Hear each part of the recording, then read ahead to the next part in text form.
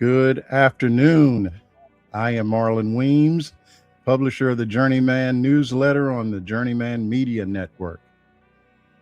And I am Egberto Willis with Egberto Off the Record. How you guys doing today? So, today we actually have a very special a guest. As a matter of fact, normally we do the reality check on Wednesday. And I don't know if this means you're going to get a double dose of the reality check this week. I guess I have to check with my man here. Um, I got nothing else to do, Egberto, so I can I can jump on just about any time. Wait a minute. I'm not going to let that slide. You have a lot going on. This is what you've got going on, man. So Well, that is true. That is thank you. true. Thank you. I certainly what started off as a pet project has just about turned into a job. It is a The only, job. I mean, the benefit of it is, you know what they say when it doesn't feel like work, then it's not really a job. It's a passion project. Let's say. How about that? Well, let me butt in there. Let me butt in there because I tell you what, I think what we're trying to do with, well, at least what I'm trying to do with our platform is to tell people that it, by all means, try to get a job that doesn't feel like a job. Even if you are, if you are, let me give a good quick example. The guys that pick Okay. up my the guys that pick up my garbage, okay? These Sure. are some happy cats. And, we go out there and I go and I rap with them in Spanish and we hang out. I take them some, if I have some water or whatever. And these guys actually, and I want to say this the right way. These guys let me know they enjoy what they're doing for several reasons, including scavenging. And they get a lot of that. Yeah, Hey, I bet. you So look, man, so about our guest. This is something that yes. we've been trying to pull together for a minute, and when the person that you're trying to coordinate with is a famous doctor, it's a little bit difficult rather. Yes, But yes, yes. but today we have I would call him a friend of the show. Certainly, I know whenever we're on, if I look in the chat room, I am almost certain to see him making comments and you know giving us a little bit of grief occasionally. But today, what we want to do is really talk about the healthcare industry. And I felt like, and I know you agree with me, Egberto, there's really Hmm. of the folks that we have in our orbit, Dr. Eric Lullove is certainly one of the best authorities in this area. So I guess the best thing for us to do is I actually have, no, go ahead. yeah, I have before we even bring him in, right?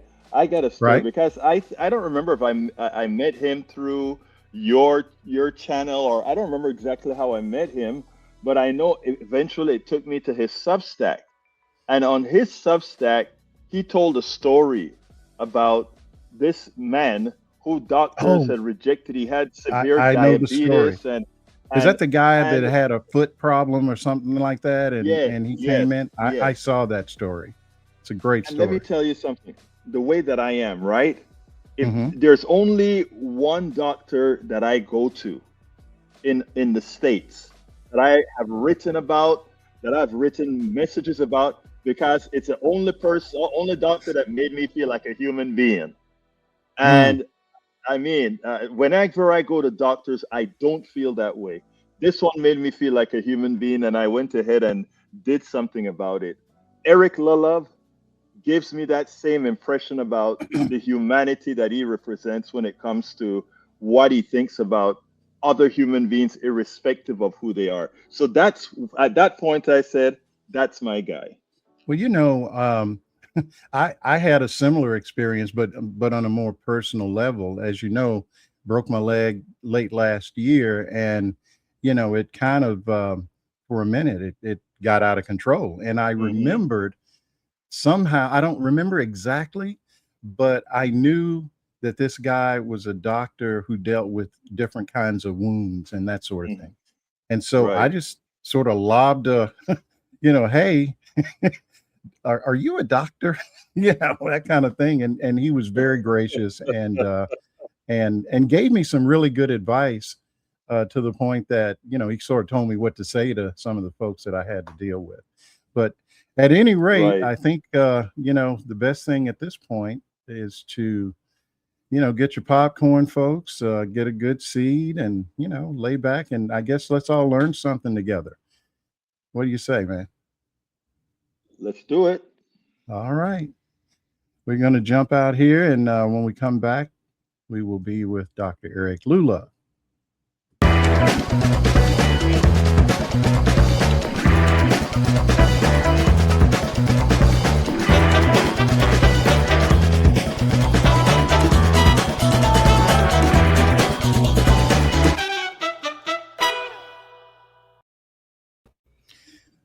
Hello, Dr. Lullove. Welcome to the Reality Check. Hi, guys. You have Contrary, How to, you doing? contrary to popular opinion, I do hate both of you. okay. So you're just setting us up. Is that what this is? Well, we He's love come- you, man. All right. We're gonna throw all the love at the hate, man. We're gonna You got throw all some. the I love at don't the know who hate. you're talking about. He asked me to fill in, and I'm just like the evil twin here. So, Well, welcome to the show, man. Thanks for we, having we me. appreciate Just it. I mean, we know that. once I in the mean, you making. actually have a real, like a day job, a doctor. I see behind you there. So is that backdrop? Is that what it looks like from the outside of your Yeah, office? it's a wall drop.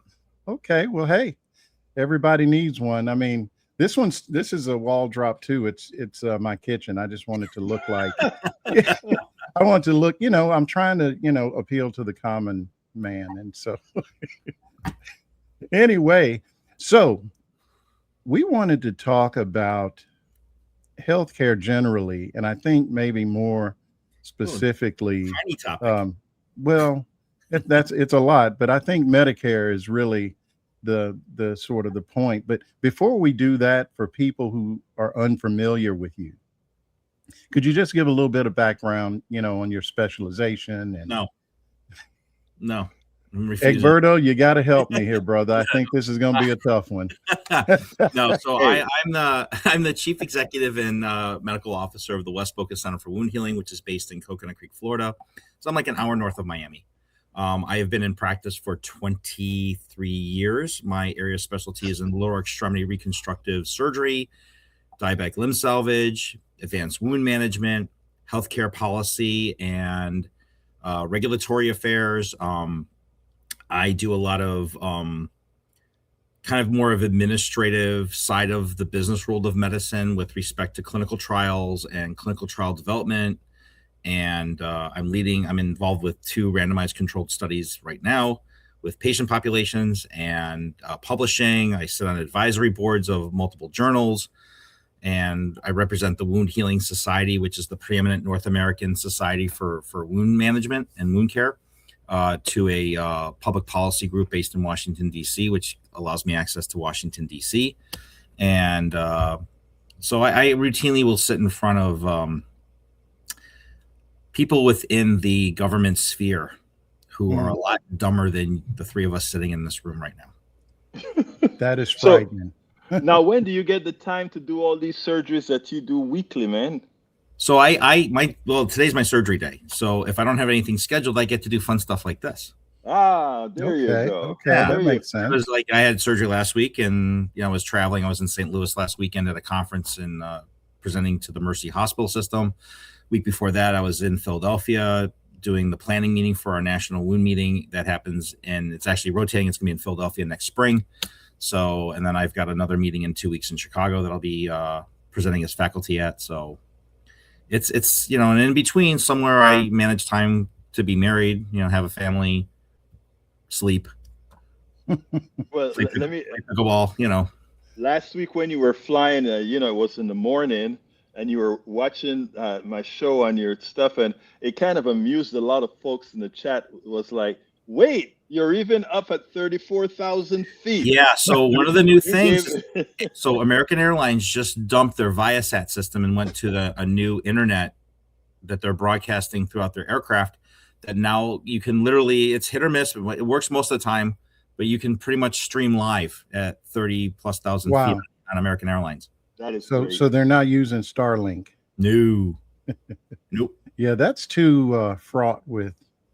Oh, if I were running a company, I might kind of take a wide berth around Musk related stuff. You know what you just did? You just mess up an IPO because you're saying that all these people that are spending all this money on the IPO, we all know that his cars. Well, I junk. told them not to buy it, man. That's all I can do. I know you sure Who in did. their right mind would spend $160 on a share on somebody who has made their entire profiteering life bilking off of the U.S. taxpayer? It's amazing, isn't it, Doc? Makes no sense. We live in a world now where 2 + 2 does not equal 4. Makes no sense whatsoever. I'm telling you guys, don't get me started on this. Yeah, we got please don't get the capitalist started, okay? Don't get him started. Listen, man, we're on the same side of the fence on this one. I gotta say, it's the only thing that's going to save, the moms and pops that jump in and buy this, and the giveaway, and we'll move on. Typically, an IPO, they allot maybe 10% to retail investors. Mm-hmm. This one was 30%, and so cash. You need cash. They also need that liquidity for when they dump. For when everybody dumps, because there's going to be another $1 trillion event, and it was 70 days from the day that from last Friday. Mm-hmm. And what that is all the people who invested in SpaceX when it was private. So Andreessen Horowitz, all the venture capital folks, and angel investors, whoever. They could not sell they're not allowed to sell their shares yet. They can't sell for another few weeks or, a month and a half or so. And so when we hit day 70, hang on. Well, I look at it this way. For people who are a little short on the math side, okay? 1 trillion is a million millions. Yep. How do we know that he's not going to take that trillion and buy 1 million votes like he did in the last election? Yes. Okay. Now we got 2 different shows, and we're on our way to 3. Oh God! Oh, Ken started it, Marlon. You went there. I know, and it's I shouldn't have done this it. is what live TV is all about. It's very organic. Sometimes you go this way. Listen, sometimes man. you go this way. Eventually, you get back on the path with about 4 minutes left to go in the show. Hey, but you know what I say when I do my show, Doc? I always say, "You guys lead. You guys lead." I always say, "You guys lead." You know what, Berto? You always do.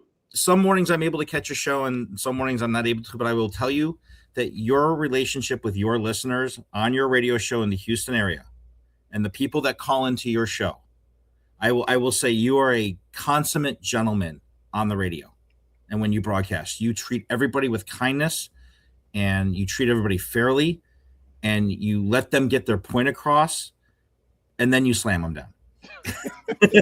and I know, right? And they end up thanking him for it. And they do. It looks like a backhanded compliment. Man, I really appreciate that.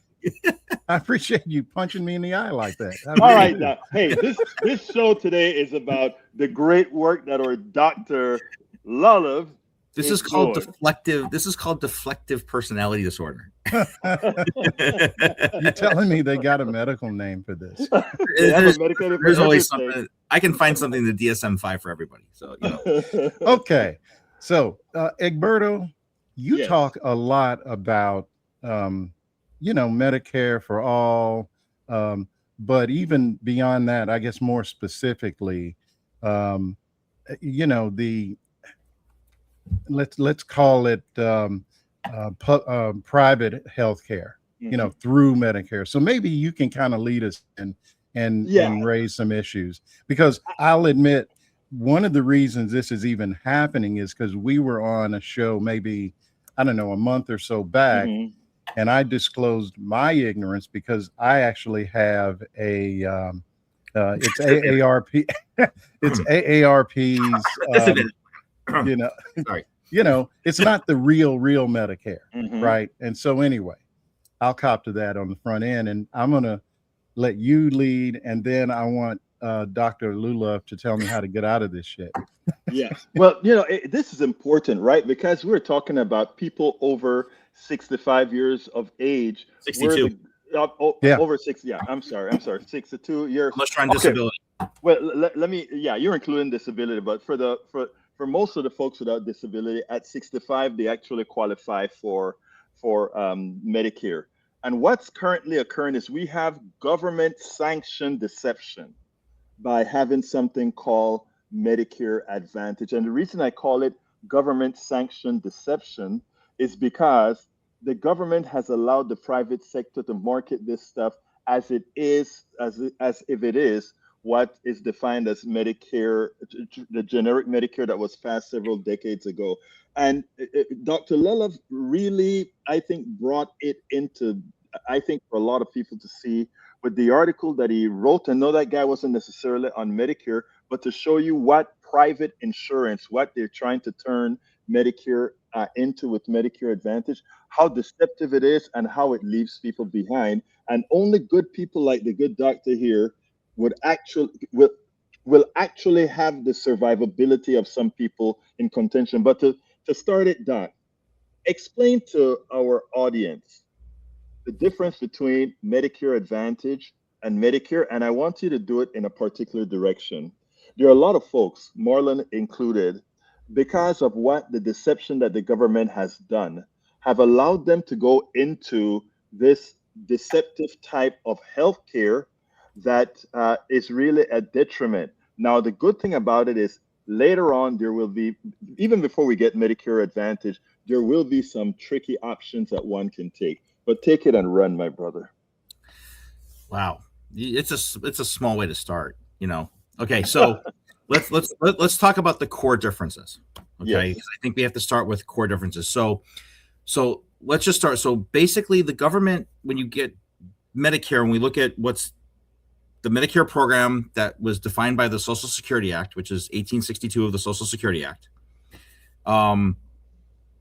is basically this. So there's Part A, which is the hospital. Okay, this covers all hospital-based facility care. That's Medicare Part A. You turn 62, you automatically get Medicare Part A.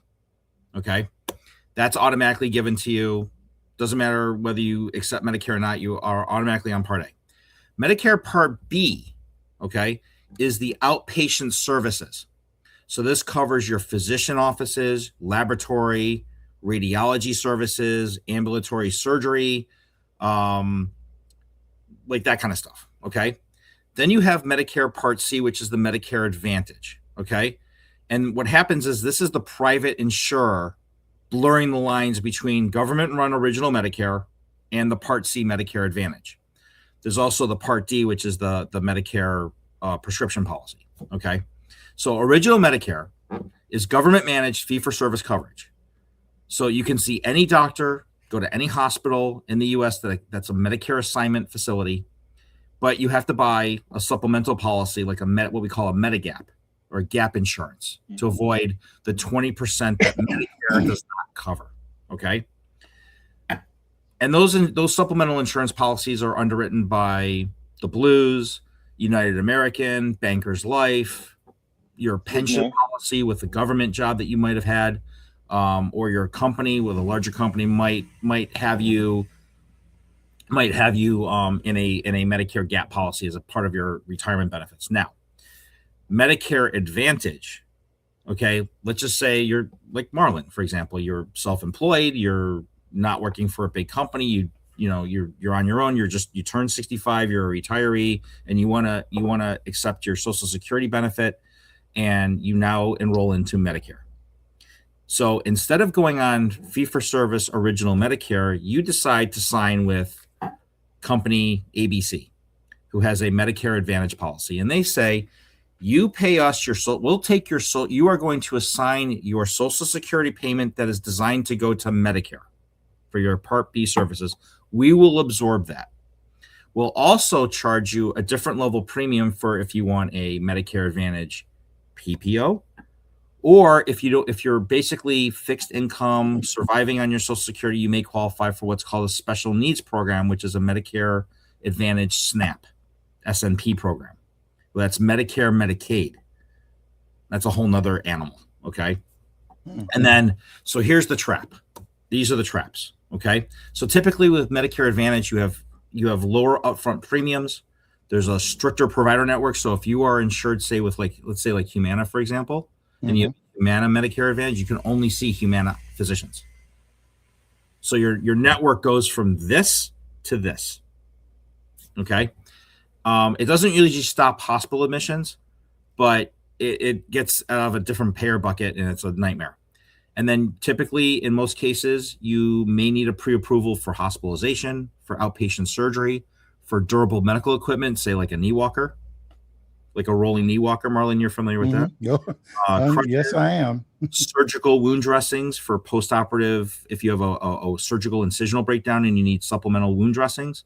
Everything from like a bedside commode to diapers to maybe a wound vac, which Marlon's you're familiar with that too. Okay. Yes, I am. So here's the trap. And this is where I think, Alberto, you want me to go with this. This is the sales tactics, right? So here's the trap. They offer what's called a $0 premium trap. Okay. We've seen the ads on television. They usually occur sometime around October when open enrollment starts. Okay. They trick consumers into thinking that all healthcare is free with a $0 premium. Okay. They still collect your monthly Medicare Part B premium, which is somewhere in the neighborhood of 129 or 122 or whatever it is, depending on your income level. But you then are subjected to these super high copayments when you go see specialists.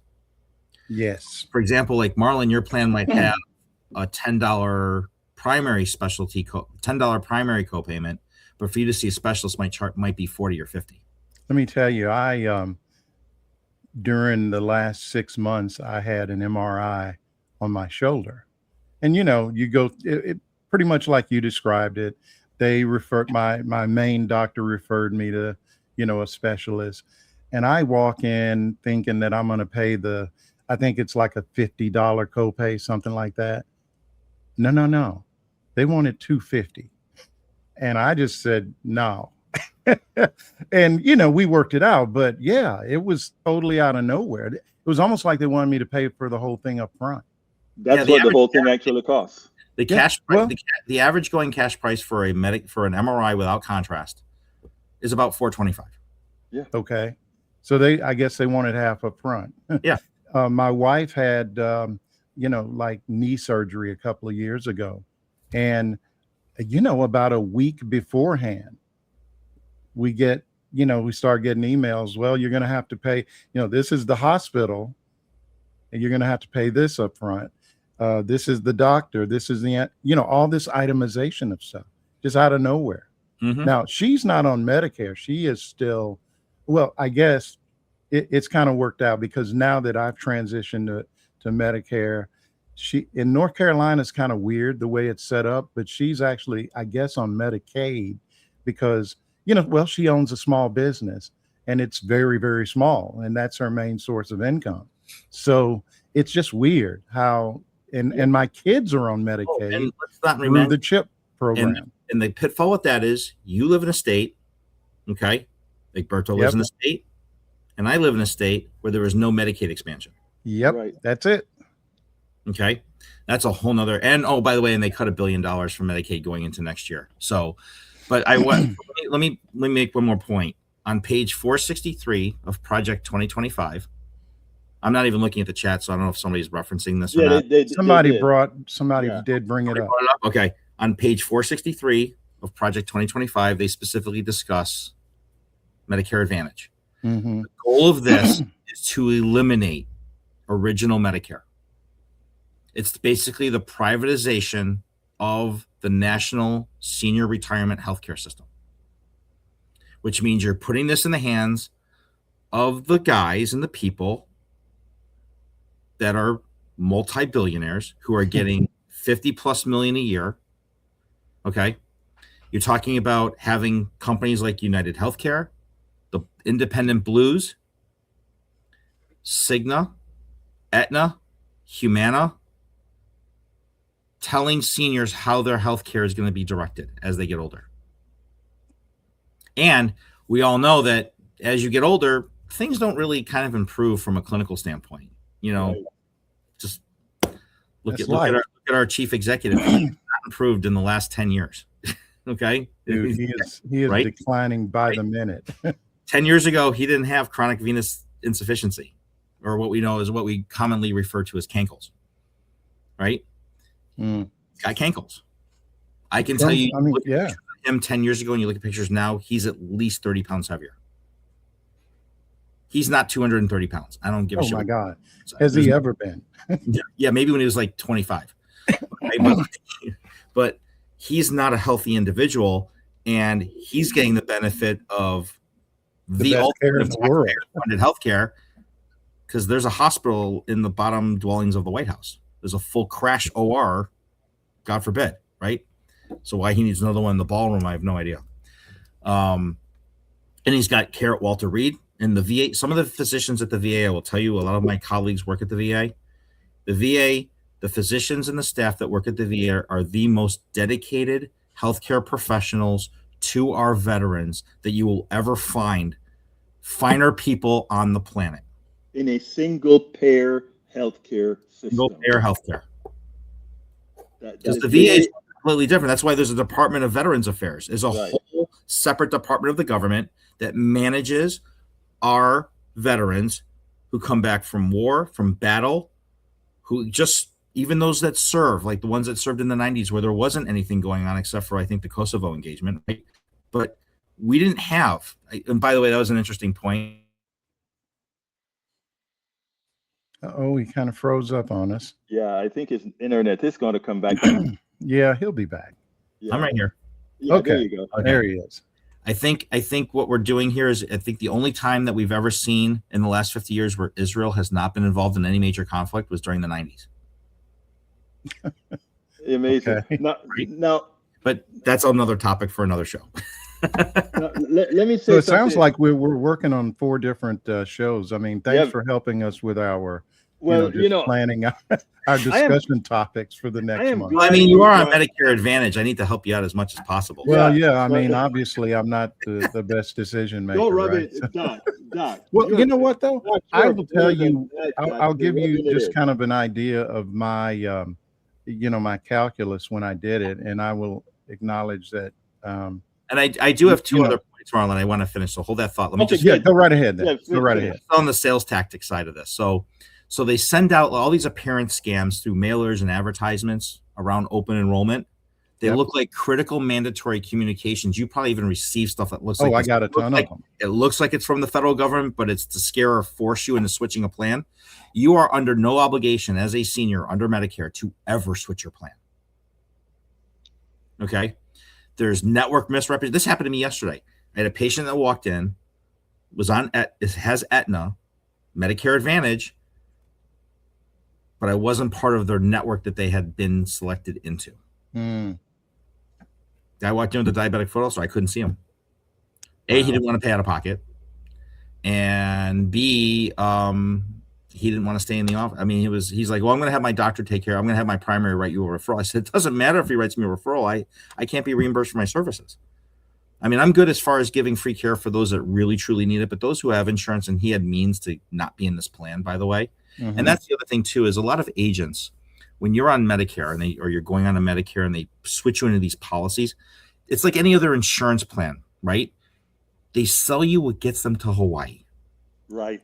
So they get incentivized to market certain plans under certain policies that give the agent more of a bang for their dollar. The more people they sign up, they get more credit. And then, and they get to go to Hawaii while you get shitty healthcare. Wow. Doc, is there the second point? Because I want to add something. No, I'm done. Let me add this because I think it's important for our people to understand. The fallacy is that the private sector is more efficient than the public sector. And in healthcare and in a lot of other areas, that is simply a fallacy. It's not true.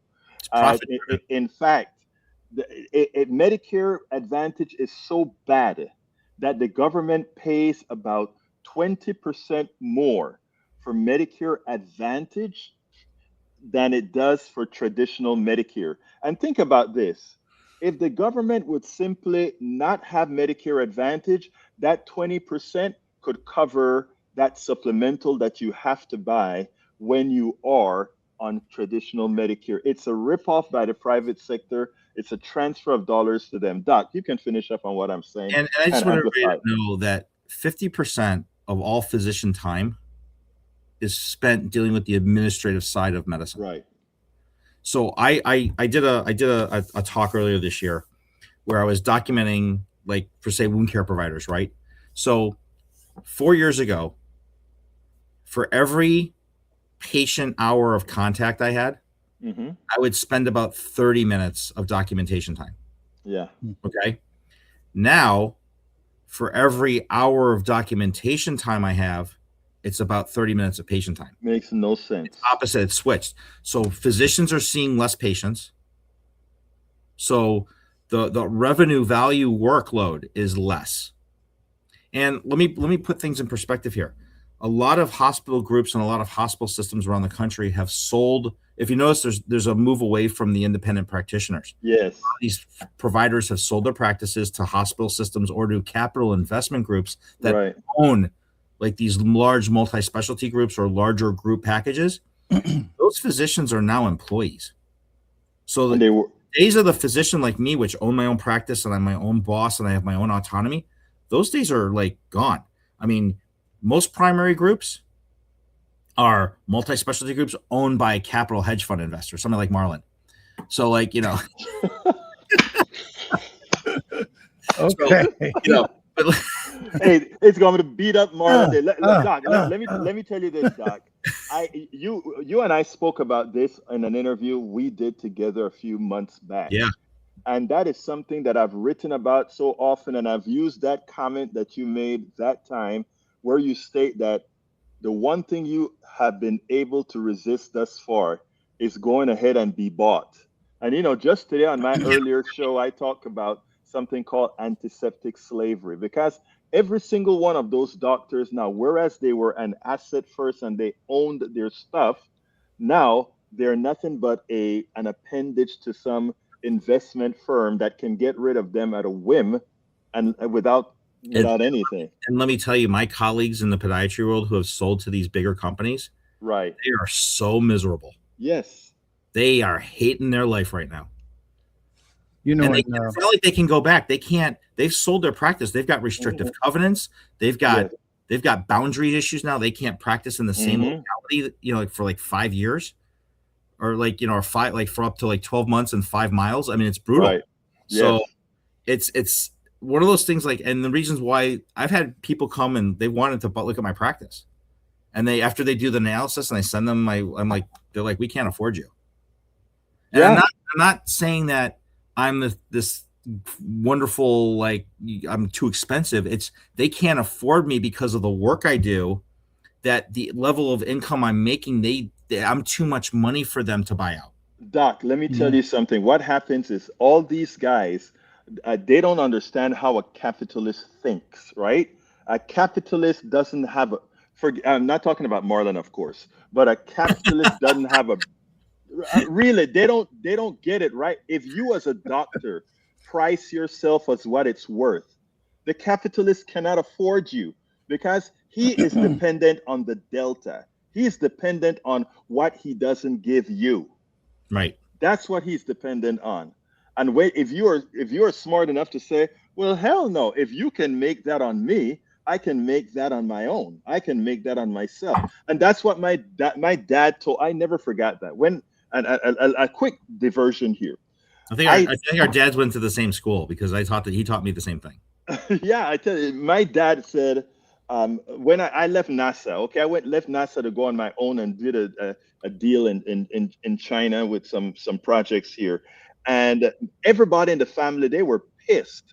They were like, "You're going to leave that to just go and do that on your own."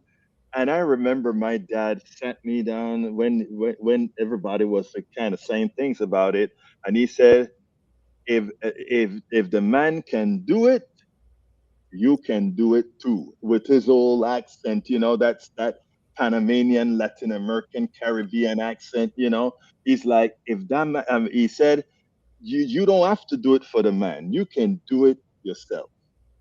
And the one thing I said to myself is, damn it, I can't fail now, dude.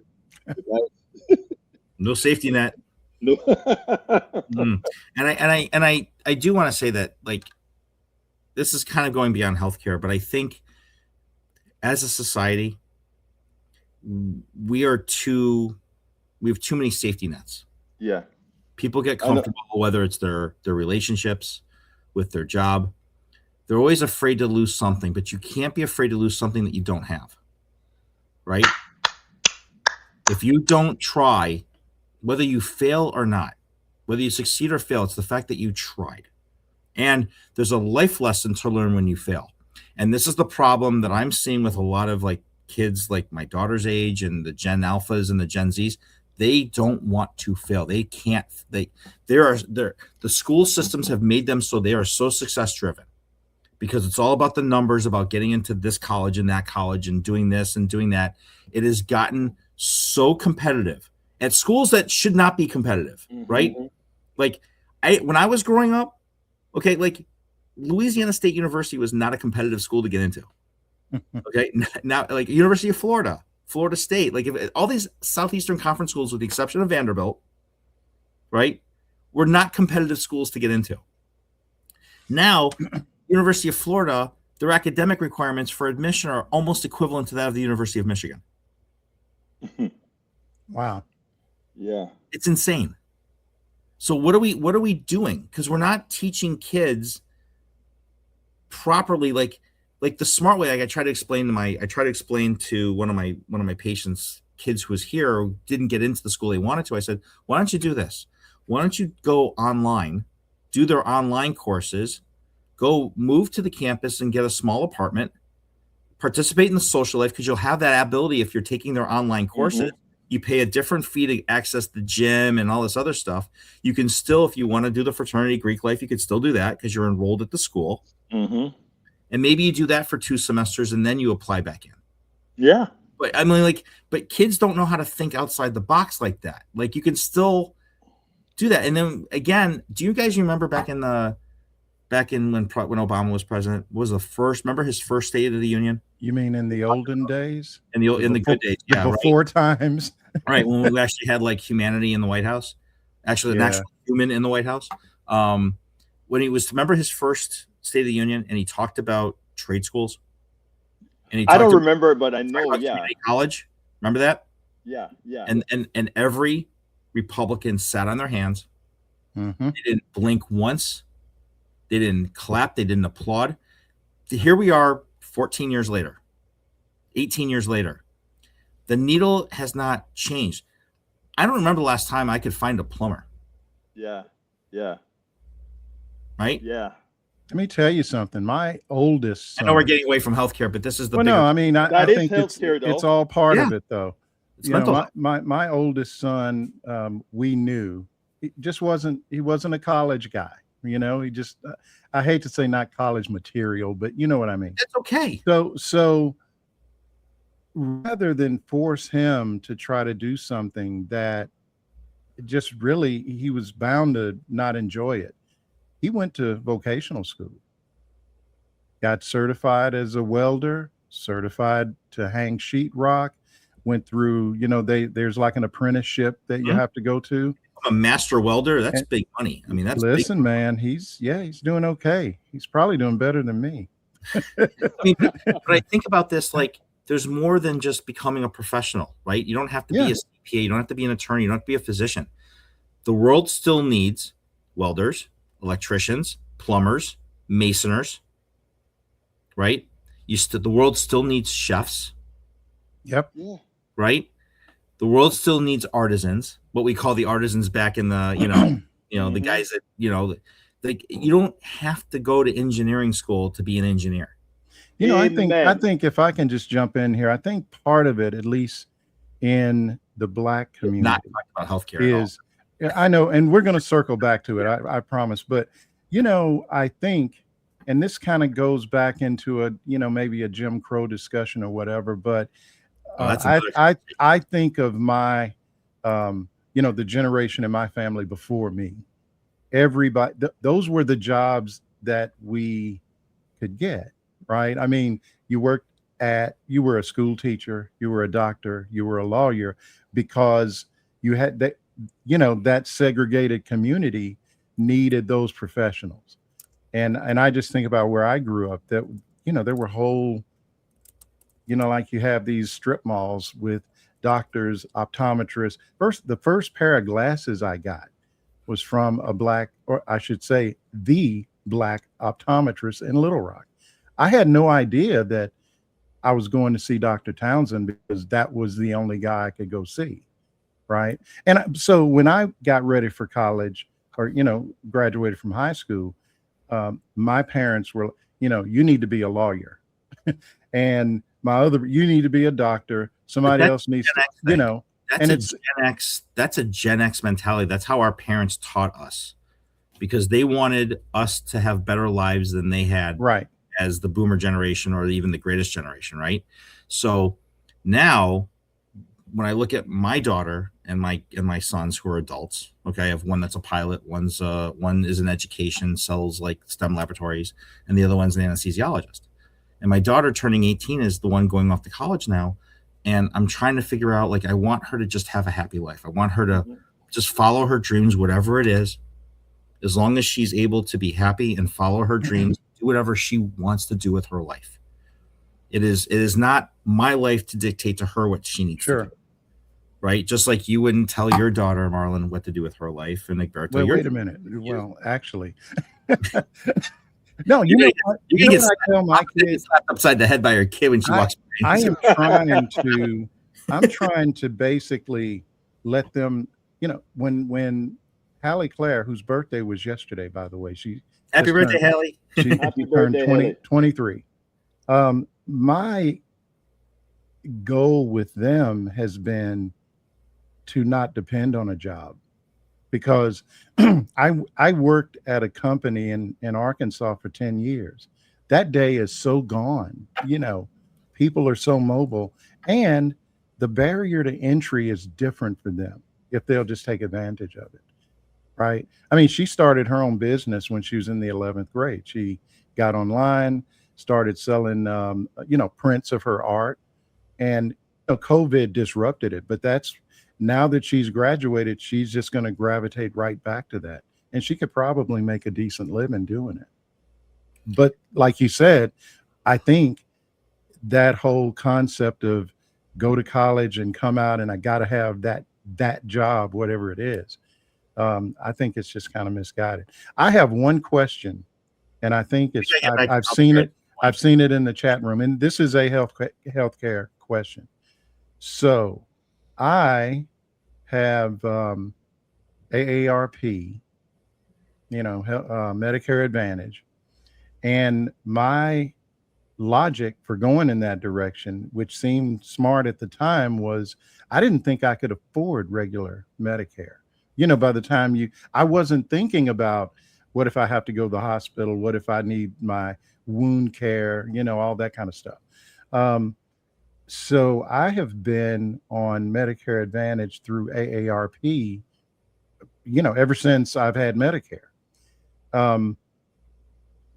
So how do I get out of it? I mean, can I go back to, and this is really not just for me, but anybody that wants out, how do you do that? So there are, Doc, before you give the answer to that, right? Before you give the answer to that, I want to say one thing, because what Marlon just, I don't want Marlon beating up himself on this particular issue. Dude, I thought I was being smart. I don't feel bad about it. I mean, it's decent health care, but it could be better, right? I know. Here's what I'm saying, because this is important. AARP. That is a name that we are supposed to trust. Well, that's just it. I said, well, how can I go wrong? It's AARP, whatever, But right. then okay, who is the Medicare Advantage? That's what it's United Healthcare. before Right. before the doc answered the technical question, I just wanted to show our audience one thing. You have to you have to fend for yourself. AARP is not there to save you. Some executive at AARP made a deal, likely made a lot of money, that brought these private insurance in there to screw you. And that's all I want to say. You got to do it on your own, and you have to listen to folks like the doc here who knows this stuff. Doc, go ahead. Okay. So it's basically during the valid enrollment periods. Okay. So there's a couple of situations, and the Kaiser Family Foundation is a great resource for this, by the way. KFF Foundation, kff.org. So Okay. normal Medicare open enrollment is from October 15th really to like December 7th ish. Okay. That's when you can leave your plan for the next following year. Okay. And then your new Medicare coverage will start January 1. From January 1 to March 31 is the Medicare Advantage open enrollment. So if you inadvertently switch to a Medicare Advantage plan, you can drop before March 31st and go back to regular Medicare. Okay, so there's two open enrollments. One is for regular Medicare, and then there's one for Medicare Advantage when you can drop and switch. Okay. Now, there are special situations. For example, let's say, Marlon, you move to a different part of North Carolina, or you move to a different state, and you move out of your plan's specific service area, or you lose other coverage. Then you can flip back to regular Medicare. Okay. For example, you go on full disability, like a life experience, right? Traumatic, paraplegic, car accident. Okay. Or dialysis. The minute you become renal failure, you're on Medicare Part A dialysis program. That's covered under regular Medicare. Then there's a 12-month trial right. So if you're in your first year of Medicare Advantage and you want to leave within 12 months, you can switch back to regular Medicare at any time during that first year. So there's the two things you got to remember. When you go from regular Medicare to Medicare Advantage, that's an easier switch. They want you to do that. The people running HHS right now want you to do that. That's part of the plan. That's the Project 2025 plan. The Medicare Advantage contractors want you to do that because they're getting 20% more per beneficiary that they sign up, as my esteemed colleague Alberto. Okay. If you go to switch back, so here's the thing. So it's always about money, right? And when you start looking at what the plan's copays are and how many specialists do you have to see? Everybody's a specialist today, right? You might have your primary care physician, but then you need to see the cardiologist. Then you have to see the orthopedic surgeon. Then you have to go see the podiatrist. And if you're diabetic, you have to see the endocrinologist. And then you have to see then you have to see your ophthalmologist. And then so right there, right, you got 6 physicians with all these different problems. And then God forbid you have to have a knee replacement, but then you break your ankle. Well, the guy that does your knee replacement maybe doesn't do ankle and foot surgery. So you have to see another specialist for that. Or the guy that does your knee doesn't do shoulders. Okay. And then you have to have your colonoscopy. So you got to see a gastroenterologist. Mm-hmm. But then you've got erectile dysfunction. So now you got to see a urologist. So this is okay. But these are all normal things that everyday people have to deal with, right? Yeah. These are the normal things. You have hypertension, you go see the cardiologist, or you have to go see an electrophysiologist because now you need a pacemaker implanted, right? Or you have to have a synchronized cardioversion because you're running symptomatic afibrillation, or you've got a run of ventricular tachycardia that's not being controlled by medication. So that's another specialist. Okay, and then God forbid if you have respiratory issues, then you got to see the pulmonologist. Did I miss anybody? I think I just about covered just about right. I think you named everything that's wrong with me. Then when you're in the hospital, you're going to see a hospitalist, which is a critical care physician. And then all the hospitalist is going to then consult all the physicians to come see you for all your issues that need to be dealt with in a hospital. That is what happened when I went in, when I had this wound that you kindly consulted with me on. So I end up in the hospital because they had to give me a different type of antibiotic. There was some interaction or something. Disease, right. Right. And so I go in and I'm just there to get, the antibiotic, and people are coming in and they're looking at my leg. And it's like you said, it was a revolving door of different vascular guy comes in, another guy comes in, an infectious wound guy comes, just all the, and I'm just sitting there every time a guy walks in the door, I'm just hearing the cash register, So, but it's like Egberto, you hit this earlier. You really have to be an advocate for yourself. Bingo. Yes. Because not everybody is going to be able to text a Dr. Lullove and say, "Hey, man, I'm on my way to the hospital. What do I need to be looking out for?" Privileged people have my cell number. And he felt sorry for me, folks. Let me tell you something else, right? And it's not all doctors that will tell you the stuff that Dr. Lullove is telling us here. I want to bring up another piece that is very important that attaches to what the doc just said, and that is going back to Medicare Advantage. And after that, I have an important question for you, Doc. But it goes like this: when you're going back to Medicare, traditional Medicare, what really stops people from going back to traditional Medicare is requalification for the Medigap coverage. Right. Whereas they can't overcharge you if you get Medigap within the first 6 months or so of Medicare. If you then go back and try to get Medicare, anybody can go back to traditional Medicare. The problem is you can't afford the Medigap insurance because you have to requalify. I don't remember what is that called. They have to go back through the actuarial tables and all that stuff. Yeah, they have to go back through the tables. Yeah. Right. And then at that point, you'll realize you can't afford the traditional Medigap, so you're stuck with Medicare Advantage. But there are exceptions. And this is what I want to ask you, Doc. If I move into a rural area that has has no coverage for Medicare Advantage, doesn't that tell me that I can get back into just changing my address to a place to Timbuktu? That may be a way to get out of Advantage and get back to Medicare? Correct. Oh, so I suggested that to somebody on my other show, and I said, but I needed to clear it with you. So that would work, right? Right. So what you were talking about is, there's called a guaranteed issue window. Okay. So in a qualifying scenario, like in the first 12 months, if the plan leaves your area, not you moving, but the plan leaves. Okay. Or if you lose employer sponsored coverage, let's say you're working for a company, let's just say you're working for, a big company, and they drop their health and they drop the pension healthcare. Okay. All right. And let's just say it was part of your retirement package, and they basically say, we're dropping the healthcare. We're losing your employer sponsored coverage that coordinates with your Medicare. Then that's all a part of when you can qualify without underwriting.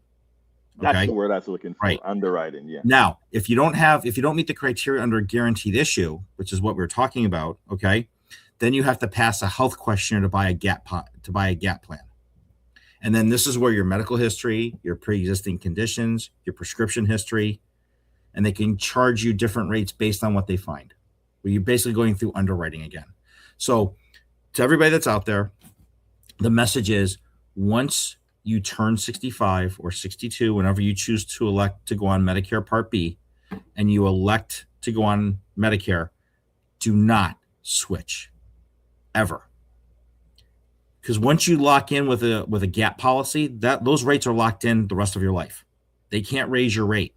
So if you lock in at $325 a month for your premium, that's your premium the rest of your life, every month. And then what the Trump administration did was, in the first big, beautiful, stupid bill in 2019, okay, was they got rid of what's called the Medicare Plan F. Okay. This was the grandfathered gap policy where you could pay for a Medicare gap policy that also covered your hospital deductible and your Part B deductible every calendar year. So I would have patients that come in with a Plan F. I still have those patients. They come in, they never see a bill. They pay their Part B supplement. They pay the Social Security, comes out of the Part B Medicare, comes out of their Social Security. They pay their premium to their supplement insurer, and they never see a bill. Their full 20% is fully covered at 100%. Wow. Okay. And in essence, what he's done is he's wiped out that Plan F. Okay. I look at this two ways. It's the same shit that Reagan did. Trump did the same. Social Security. Same. It's the same plan. They just screwed the seniors twice. Reagan screwed everybody in the 80s by taxing Social Security benefits. Okay. And then Trump did it by getting rid of Plan F, by forcing seniors to pay more money. And then Bush did it in 03 with the Medicare Part D plan, with the big donut holes. Okay. Ooh. So for people out there, by all means, vote Republican. And I'm glad. Just hand over your bank. Just hand them your bank accounts, because that's what they want. Doc, I was just about to say, look at what you just said. Reagan, Bush, Trump. They all screwed older people, and older people continue to vote for them at a larger range than they vote for traditional Democrats. Isn't that amazing? And I didn't know that every Republican president has had a massive turn down in the economy. Reagan, yes. Bush 41, Bush 43, and now Trump twice. Right before 9/11, you may remember this. Bush was well on his way to trying to privatize Social Security. Yes. Yep, absolutely. And 9/11 happened, and that just kind of threw everything off the rails. Right, we wound up with DHS. So how'd that work out for everybody? Yeah. That's a whole different story. Yeah. But it is a mystery to me how, the tunnel vision that you have to have as a senior to vote for the guys that are just really in your pocket. And listen, you guys have heard me. Go ahead, bro. I'm sorry. No. You please, Doc. You guys have heard. You guys have seen this in the chat. I've said it so many times. I feel like a broken record. The Project 2025 and what they are doing is basically eugenics. I wrote an article on this. It's published on Blue Ant Media. Okay. Peter Thiel and his little crony people, okay, that he's installed across HHS, running different aspects of HHS, right? Have basically built a eugenics AI across the agencies.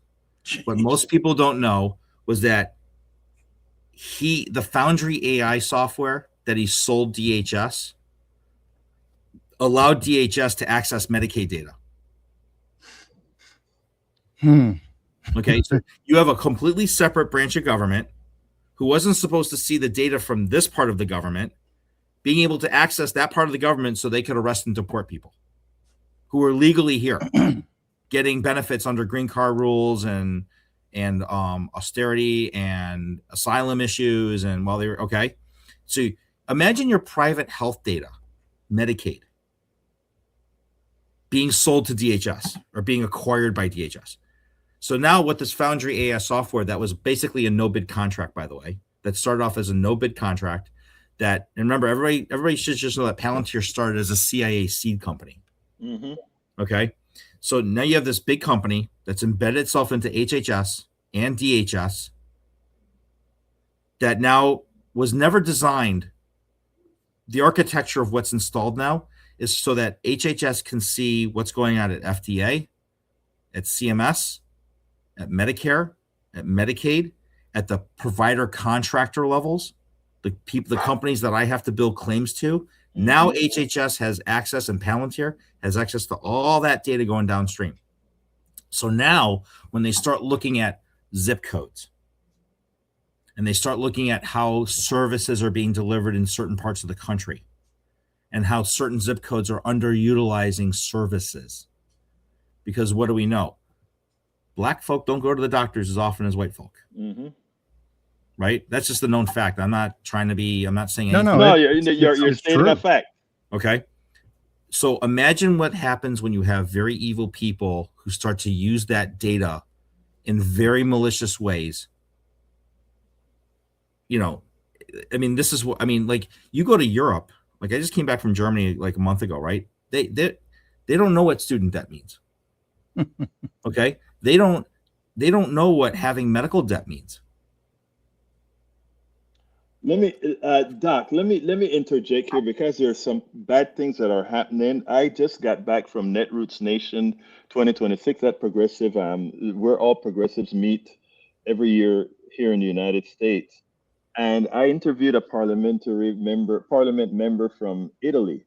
Check out the video when you get a chance. But what she pointed out is that Italy is slowly adopting America's healthcare system. Yep. Germany is still holding out. France is still holding out, even though they're underfunded. But they are getting co-opted by the billionaires into having making sure that the general system fails by having long wait times, etc. And the same thing that we are doing with Medicare Advantage, where we give more money to the Advantage side as opposed to putting it into the real side, they're doing it in Italy as well. So this young she looked like a Gen Zer who's in Parliament, the European Parliament, came and she gave a hell of an interview that pointed that out. The second thing I wanted to bring up was with Marlon, and also a few people in the chat that are talking about, why is it that the older folks are tunnel vision? And to Marlon, I have to say, you and I have to do a better job. And you and I have to put it on our backs and say, damn, we got to find a way. Right now, the repetition and access that Republicans have with our older people, you and I, using also the wealth of information we can get to good folks like the doc, we got to do our job. We come out here and we say we're going to do X, Y, and Z. Damn it, we got to find a way to reach these people. Agreed. It's- I'm down for it, man. That's why we do this. Well, Dr. Lullove, Sorry, it's responding to a quick text message. I apologize. wait, you're acting like you got another job or something, man. What Something is like this? What the heck, man? But look, let me tell you, we are up on time. When you're having fun, It goes so. I mean, we could do this. Yeah, but Yeah, it's crazy. it is crazy how fast time goes when you're. Well, actually, I think this is one of our most informative hours. Because again, look how much folks have gotten not only on healthcare, but look at what a lot of folks there are going to say. I think I need to tell my kid what the doc just said. Let's talk about trade a little bit more, and let's talk about going to an online school adjacent to the actual school and be a part of it. After all, your diploma is going to say the name of that online school that is a part of the if school. you think about what dorms cost, Mhm. the average dorm per semester is about $3,800, Right. depending on the school, right? How much is rent? There you go. It's kind of like it's all part and parcel, right? And it's just, I don't Thinking know. outside of the box, Yeah, and that's what it's There's all more about. than one way to get into your dream college. But hey, Marlon, why don't you get us out of here, Marlon? Well, we Hey, got to guys, give. I really appreciate we the got to time. give We're Dr. gonna do this Lullove again, a round of because applause. we had so many topics that we didn't even get to yet. We only scratched the surface, and that's I the guess scary we're part. gonna have you back, man. I guess. I'm available. Absolutely. I'm really. I'll be honest, Egberto. I'm digesting a lot of this, man, and I'm really, just in my head, kind of. Okay, how do I move these chess pieces around so I can get back into So before we go, regular real Medicaid? quick, if anybody really needs to have resources and they're on Medicare Advantage and they want to switch back, you can send me a private message through Substack. Okay, you can send it to my username here on Substack, which is Dr. Eric Lullove, and I will get you a resource. I have a colleague of mine who does this for a living. She's absolutely amazing. She will literally go through your entire package and see where you can land. And she's licensed in like 42 states to do this. So, wow, that is Well, great. you may be getting a message from me. so keep your eye on your DMs, man. So Well, once again, this has been a pleasure to have you on, Doc. And we do love have you to have, guys. I mean, I put it this way, that now that we got Medicare Advantage out of the way, we may have to talk about some other stuff. And it's just really, really great that you were able to give us some time. For you guys, anytime. well, look, Doc, I appreciate you. I appreciate what you bring. And yeah, we're going to be on again and again and again. Anyway, take us home, Marlon. All right, folks. You know where to find us normally. So wait a minute. Are we going to be back tomorrow, Egberto? Norm, it's always your call, brother. It's your call. Hey, man, we'll work it out. You're We'll the work it out. elder statesman. You have that. You have the Okay. gray beard. You have I the like gray beard. that. This is a very well-oiled machine up here, guys. Just let you know. Yeah, we just, you know what? We're just flying by the seat of our pants, folks. It's like an old But Model T. we are also fighting a good fight. So thanks for showing up. If you're not already, seek Dr. Eric Lullove out on Substack and and subscribe to his newsletter. He's doing some great work. And while you're there, the Journeyman and Egberto Off the Record, if you're not following and subscribing, fix that. And in the meantime, watch your back. A lot of stuff going on out there, and we'll talk about more of that the next time. Take care. Thanks, everybody. Have a great day. Thank you, everybody.